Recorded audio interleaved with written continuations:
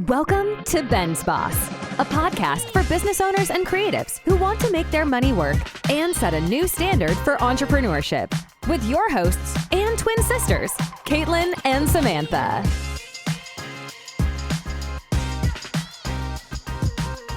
Okay, welcome back to our podcast. We have lots of cool things to talk about today. Yeah. Mm-hmm. We will start with a question we actually got because last time, remember I posted my story, ask us a question. Nobody did.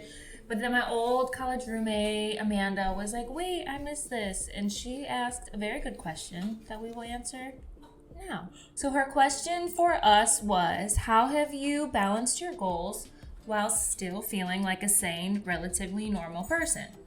I feel that sometimes the world gets in the way and I lose momentum. How do you keep going? Do you keep going? Well, I'm still kind of working on this myself. Mm-hmm. I think everyone is. Yeah, but a few things that have helped me are, one, going to therapy. Mm-hmm. That's how I try and stay sane while the world gets in the way of like my goals and stuff. I'm a huge advocate of therapy. Yeah. If with the right therapist. That's true.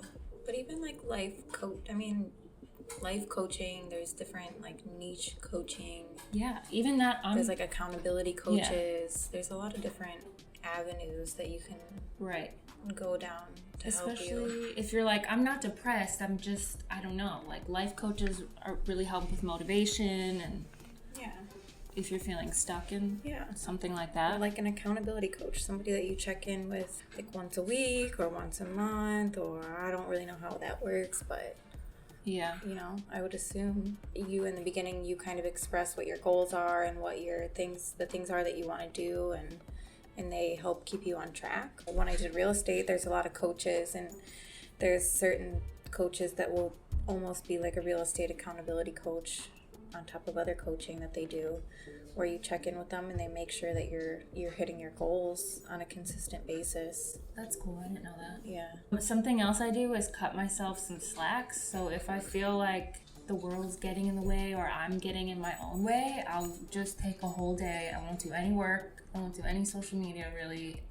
Like I won't even check my email. I'll just take a break for a day. Yeah. I'll watch Netflix all day if that's all I feel like doing. I'll go for like a walk, work out, watch TV, watch movies, eat. Because then once you kind of like do that, you'll feel maybe refreshed, hopefully. That's my goal. Like, let me do this so I can feel refreshed and get back to working on my goals. Yeah, because sometimes when you overdo it, you can't even think. Like, you're sitting there trying to do work, but you really have to take like a break. Yeah. You can't just do like, oh, let me just do this one little thing today. At least for me, if I'm like, I'm going to take this whole day off and I try and like sneak in something work related, it doesn't really count. Yeah. That's something that I struggle with. Relaxing. I don't know how to do that. Yeah. Relaxing is hard. Especially if you're an anxious person. He's our background music. But that was pretty much my answer for that. I don't know if you have any. Did he fart? Yeah. It's not really a BENSBOSS podcast episode if he doesn't fart. But I don't smell it. Is it my breath? I hope not. Yeah, I don't smell it. Wow, it hit me right in the face. It's not my breath. It's definitely you. Oh, we forgot to do the coffee. Oh, yeah. We're drinking coffee. It's a honey latte. I don't really taste any honey, but no, I think it's sweet. Good. It's sweetened with I think this is a good idea because a lot of places just use regular tape. Yeah. But this like covers the thing and then you just poke it through. Mm-hmm. Wow, innovation. Yeah. Oh, Atomy Coffee and Tea. Check them out. Do you have anything to add? I think we've talked about it before. Writing your goals down. Yeah. And categorizing your goals. Setting short-term and long-term goals. Organizing. Just being organized. Organizing is like... And realistic. Yeah. Don't set unrealistic expectations for yourself. When I'm more organized, I definitely feel more like sane and like...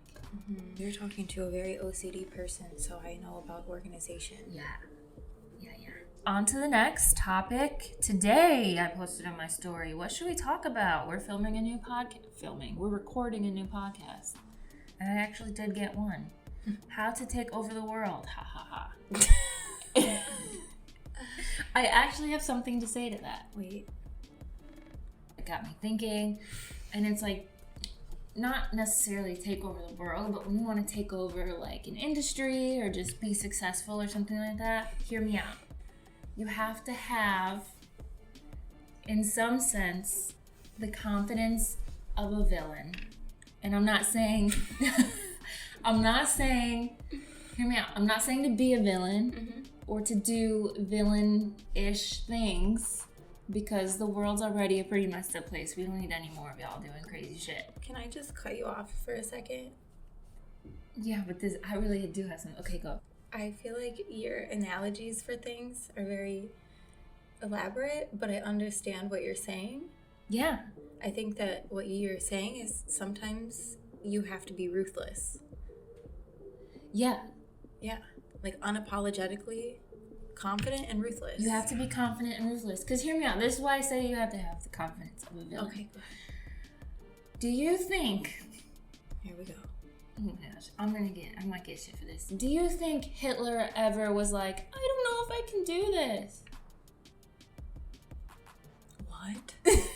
Do you think any bad person, any villain in real life or in movies, do you ever see the villain like, I don't know if I could do this. I don't know if I could take over the world. I don't know if I could take over this country. I'm scared. I think a more current times is Putin.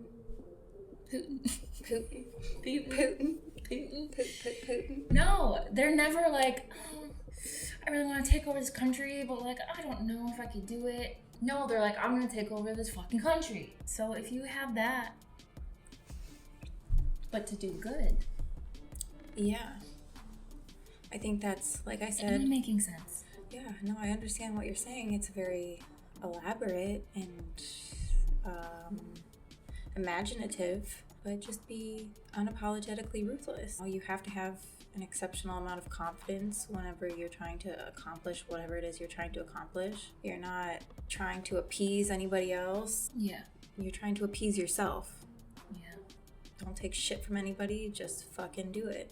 Not just only having confidence in yourself, but in the idea of what you want. Mm-hmm. You don't have to be all the time like, oh, like I'm so great. Like, no, I'm going to be successful at this and it's going to fucking happen. Yeah. No ifs, ands, or buts about it. Yeah. It's going to get done. I don't know when, where, how, why, but it's going to happen. Yeah. Like, if you're that confident in something you want, you have to like embody that whole vision or dream. Yeah. So that's how you take over the world. Yep. So today's topic is an interesting one. Yeah. Could be controversial, but we're going to talk about it anyways. Mm-hmm.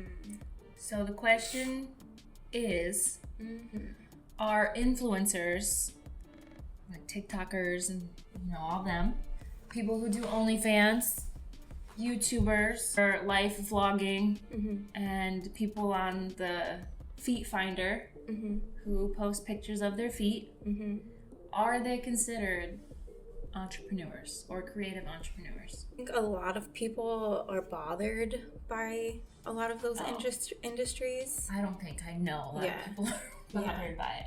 But at the end of the day, if these people are monetizing what the world already wants, yes, whether you want to believe it or not, you're creating something out of nothing. Yeah. It's not exactly something out of nothing, but you're, I'm not against the whole sex work industry or people who want to do dances on TikTok for money. Like, yeah, like all of that. I'm not against it. If you're not hurting anyone and if you're safe, who cares? Yeah. Who cares? There's disgusting people out there that want disgusting things. And if that's what you want to do, fucking do it. Who cares?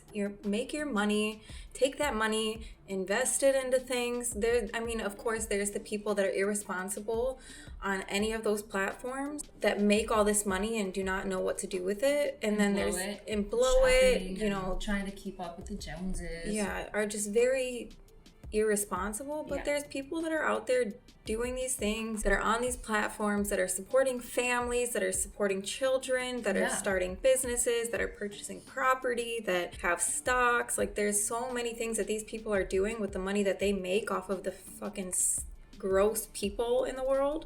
Who cares? It's not affecting anybody's life. If you don't like it, you don't have to be a part of it. You don't have to know about it. It's irrelevant to your life if you want it to be, or it's relevant to your life if you want it to be. Yeah. And same thing with being on the internet. YouTubers and TikTokers and Instagram people. If you're not doing bad things, and if you're safe, you're not out there putting out your location all the time for people to come and stalk you. Yeah. Shit like that. I do have one concern. My question is, kids these days, are there still kids that are I want to be a chef when I grow up, I want to be the president, I want to be an NBA player, or is it all just I want to be on TikTok? That's my only concern. Yeah, well, obviously kids today are much different than what we were and what previous generations were. They have more access to society as a whole, so they are growing up at a much faster pace, but at the same time, technology and life itself has just continued to progress over time, that it's inevitable that these things are going to happen. But also COVID changed a lot of these things, and a lot of people pivoted. OnlyFans blew up during COVID. TikTok blew up. OnlyFans has been around for a very long time. For a very long time. It's nothing new. TikTok blew up during the pandemic. Yeah. YouTube, same thing. There's so many different avenues that people can, go towards to monetize their life or their business. There was a girl from the show 90 Day Fiance who during the pandemic bottled and jarred her farts and sold them online. Yeah. And made a ton of money from it. It's crazy. Like I said, there's sick people out there that are willing to buy these things, and people are monetizing off of it. Growing up, when we were told we could be whatever we wanted to be, it was about if you want to be a singer, you can be a singer. You want to be a model, just go for it. Nowadays, it's you can be anything you want to be. So if you want to sell your farts online, go for it. Yeah.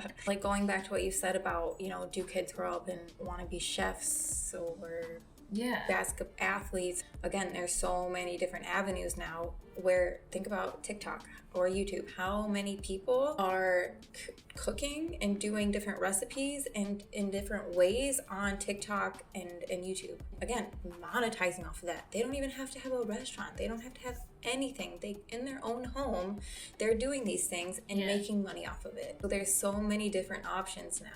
At the end of the day, in my personal opinion, I think that these people are being incredibly creative and creative entrepreneurs. If you are going into your closet, putting on an outfit, creating a 10-second, 15-second, 30-second reel or TikTok or a YouTube video on this, and you're monetizing that, people are sponsoring your videos, you're getting endorsement deals, that's being a creative entrepreneur. You're taking nothing and making it into something. You pulled an outfit that you already owned out of your closet and made something out of it. We don't have kids, but one day when you have a kid, and they tell you, or you just ask your kid one day, hey, what do you want to be when you grow up? What do you like? And they tell you, I want to be a TikTok dancer. What do you say? That's fine, but you're going to be the best at it, and you're going to educate yourself and get an education at the same time. You can genuinely do whatever it is that you want to do, as long as you do it 100%, to the best of your ability, and you educate yourself, you continue to learn, you continue to grow. That at the end of the day, that's all that matters. There's this happy medium you need to find if that's what you want to do, if you want to be this famous influencer or just do something like that. This isn't even just about young 20-year-olds and late teens or kids, whatever, but you have to be educated, like you said, and you have to work hard at it. There's work that goes into it. A lot of people, I think, kind of just sit around and take selfies or random reels and stuff, and they're just waiting for shit to pop off, and it doesn't. So you end up having these kids living with their parents, and like they're lazy as shit. They don't know how to work. They're not being taught how to work. A lot of people think that doing this stuff like TikTok, Instagram, YouTube, OnlyFans, Feet Finder is easy. You take some pictures, you make some videos, and that's that. No, there's still these people, you have to give them credit. They're putting in a lot of work to make all of this happen. Whether you want to believe that or admit that or not, that is true. It's not boom, done, rich, famous, did nothing. That's not the case. Yeah, you have to work at it no matter what. Yeah. No matter what you decide to do. If you want to do something that makes money, it makes you happy, and you're going to work hard at it, then yes, you are an entrepreneur. You're creative, and you're a boss. And don't let anyone tell you any different. That's our spiel for today. Mm-hmm. Yeah? Yep. Peace out. Like, subscribe, share, follow. All of the above. Mm-hmm. Goodbye.